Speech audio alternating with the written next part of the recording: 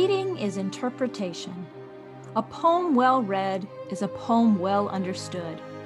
In this podcast, brought to you by the Literary Life Podcast, poet Thomas Banks will help you increase your love and understanding of poetry. Poetry is not a silent endeavor. It's meant to be heard, and more importantly, it's meant to be recited out loud. Join us now as poet Thomas Banks presents The Well-Read Poem.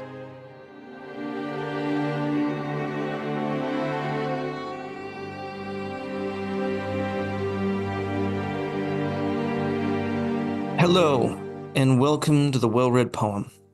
To round out this season about family and family relationships, I have selected a great poem by the man who is probably Ireland's greatest poet, William Butler Yeats. By common consent, that is the case. This poem, A Prayer for My Daughter, he wrote towards the end of his career, his very long career as a poet. Yeats began writing seriously in the 1880s, and he was still producing work of a high quality at the time of his death. He died in 1939, right on the eve of World War II. And Yeats was, in addition to being a poet, he was a public figure. He was a theatrical entrepreneur, and he did a lot to promote the dramatic arts in Ireland at the Abbey Theatre, along with Lady Gregory and John Millington Synge. He was a senator when Ireland won her independence in just after the end of World War I. Yeats served as a senator for the Irish Republic. And his poetry was of a kind that was always changing. His style was always changing, always evolving. He's a very protean kind of writer. You can take a poem written at the beginning of his career and compare it with a poem at the end, and they sound like they're by two entirely different men, honestly. So a lot of different forms, a lot of different stanza types, the diction, the vocabulary of his poetry changes a lot, and he was certainly a poet who exhausted himself in the pursuit of perfection of form. So this poem, which is published in 1921, I think written slightly before that, this is the older Yeats. Yeats, when this poem first appeared in print, would have been in his mid to late 50s. And it's at a time when all is not well in Ireland, and that might be one of the reasons why he sets this poem against a backdrop of a storm which might represent more than just an atmospheric disturbance, but it might represent all not being well with men on earth, or at least men in Ireland. And the poem is, it's kind of interesting that a lot of the criticism about this poem doesn't deal with the fact that this is a prayer. This is a petition offered up to God, calling blessings down upon a newborn baby.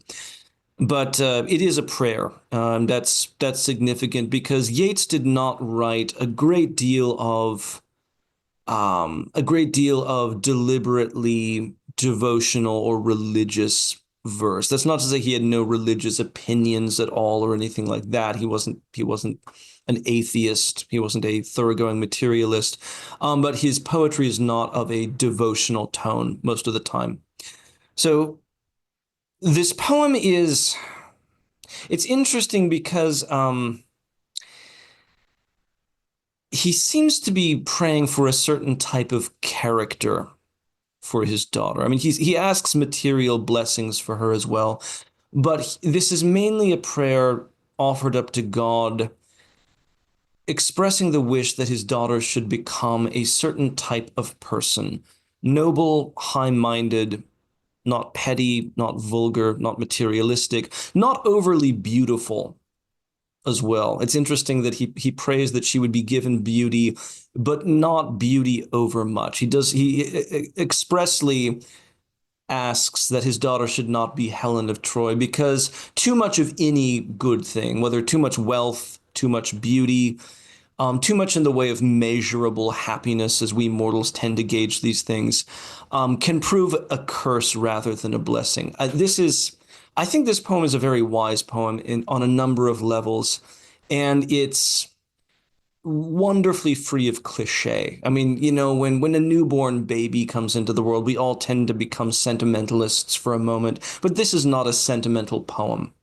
So I will now read you A Prayer for My Daughter by William Butler Yeats without further commentary. Once more the storm is howling, and half hid under this cradle-hood and coverlid my child sleeps on. There is no obstacle but Gregory's wood and one bare hill whereby the haystack and roof-leveling wind, bred on the Atlantic, can be stayed. And for an hour I have walked and prayed, because of the great gloom that is in my mind. I have walked and prayed for this young child an hour, and heard the sea wind scream upon the tower, and under the arches of the bridge, and scream in the elms above the flooded stream, imagining in excited reverie that the future years had come, dancing to a frenzied drum, out of the murderous innocence of the sea. May she be granted beauty, and yet not beauty to make a stranger's eye distraught, or hers before a looking-glass.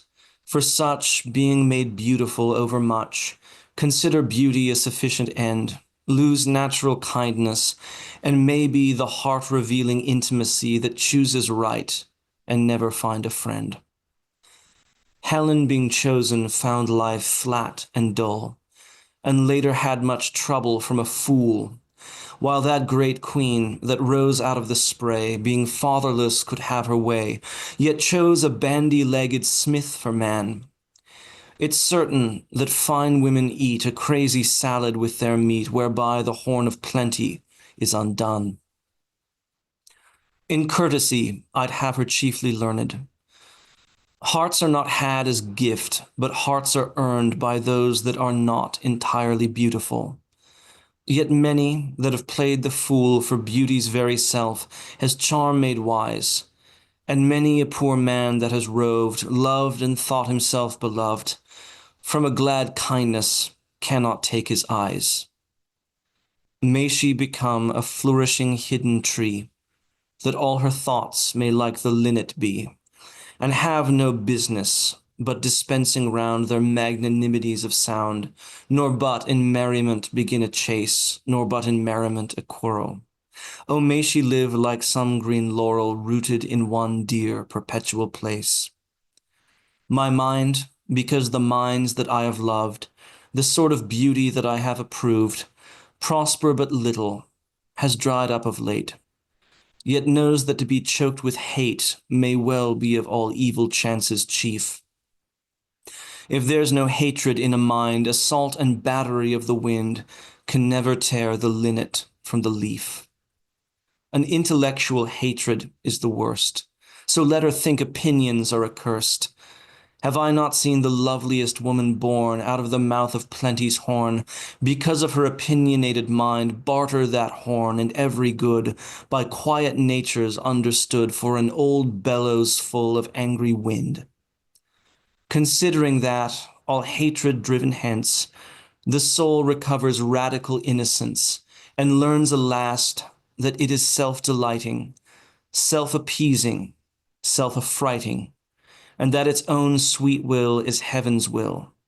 She can, though every face should scowl, and every windy quarter howl, or every bellows burst, be happy still. And may her bridegroom bring her to a house where all's accustomed, ceremonious. For arrogance and hatred are the wares peddled in the thoroughfares.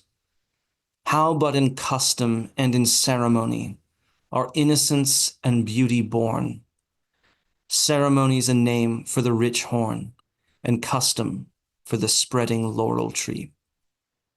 And I'm sorry, I promised no further commentary, but I love that in this poem, which is solemn and dignified and of a certain gravity, not all humor is banished. I love the stanza that begins, Helen being chosen. He says, Helen being chosen found life flat and dull, and later had much trouble from a fool, And he presumes here, of course, that you are familiar with Helen's part in beginning the Trojan War, her absconding with Paris, who is the fool here, and her love affair with him is the trouble in question. And I think that that's just such a wonderfully dismissive summary of Paris as a character. Yeah, she later had much trouble from a fool, that Trojan prince, Paris, who brought destruction on himself and his city and ended up being killed. And the poem also, it's not a poem that asks the world for the object of its blessings. And it has, I think there's kind of a sober realism here, which is commendable. The speaker in this poem, who is responsible for this young and very fragile life. He doesn't find himself tossed about on a storm wind of emotions, though there is a storm of more than one type, are surrounding him. But it's a poem that keeps a clear head and has a wonderful and wise lucidity that it displays at every turn. So I love this poem. The more I read it, the more I love this one. And I hope you've enjoyed it as well. This has been the Well-Read Poem. Thank you very much for listening.